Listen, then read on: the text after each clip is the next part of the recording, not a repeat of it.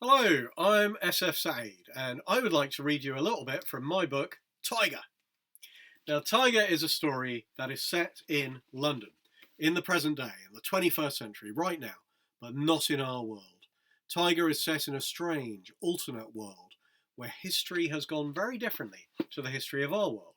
In the world of Tyger, almost all animals are extinct. There are very, very few animals left, certainly no tigers, and yet it is in that world that a boy called Adam and a girl called Zadie have an encounter with the tiger. I would just like to read you the scene where Adam first sees the tiger. Chapter 2. It was very dark in the ruined building, but as Adam looked up, his whole body shaking, he saw 2 points of light above him. The lights blinked like eyes, and then something erupted out of the darkness. Moving so fast, he saw only a blur at first, a streak of black and gold, leaping down from the roof beams to land on all 4 paws beside him. An animal, a gigantic animal, stood by his side, growling at the man with the knife. With one huge stride, she put herself between him and Adam. Then she threw back her head and roared, as if protecting Adam from the knife. The man screamed. He ran. He fled through the door he'd come in by and was gone. Adam couldn't run.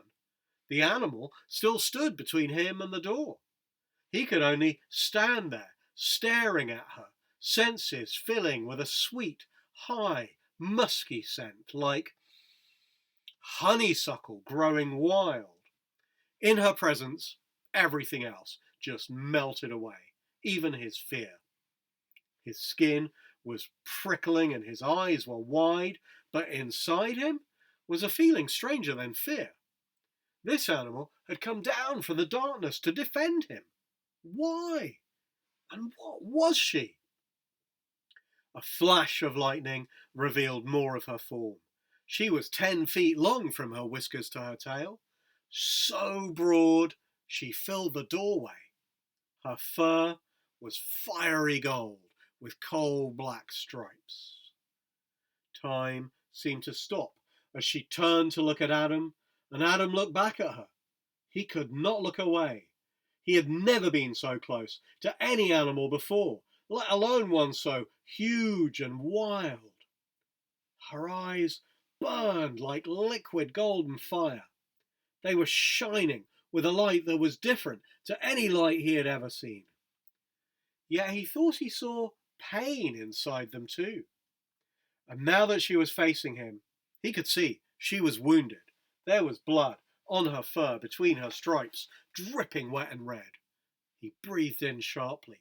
Whatever she was, this animal was wounded. She shuddered as a blast of thunder shook the building. She turned and snapped at something over her shoulder, then growled when she couldn't reach it. As she twisted and turned, Adam crept round to one side of her and froze as he saw the shaft of an arrow sticking out of her shoulder.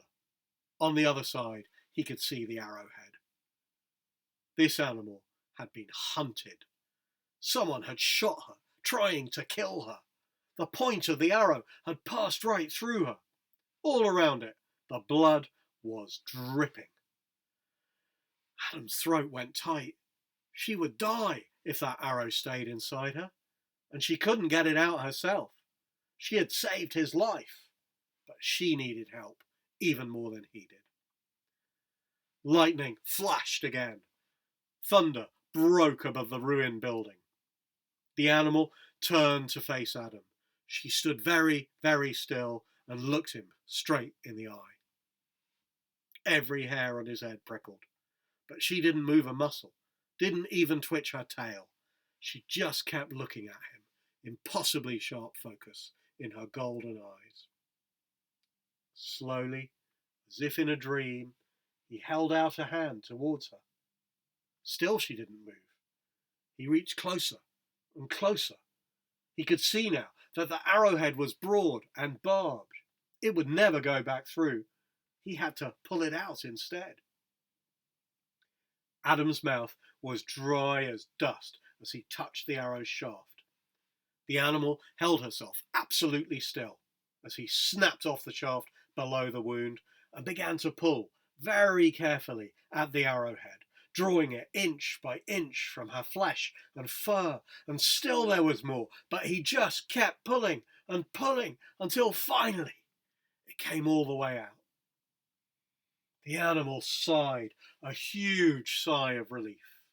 She slumped to the ground and began to lick her shoulder, licking and licking with her tongue, trying to stop the bleeding as the rain streamed down outside. Adam slumped down beside her. His knees felt weak as water, but somehow he had done it. He had got the arrow out. "I think you're going to be all right," he said, to himself as much as to her. And that was when she spoke, in a voice as clear and close as his own heart thumping in his throat. "I thank you," she said. "I thank you, O guardian, for your help." That is chapter 2.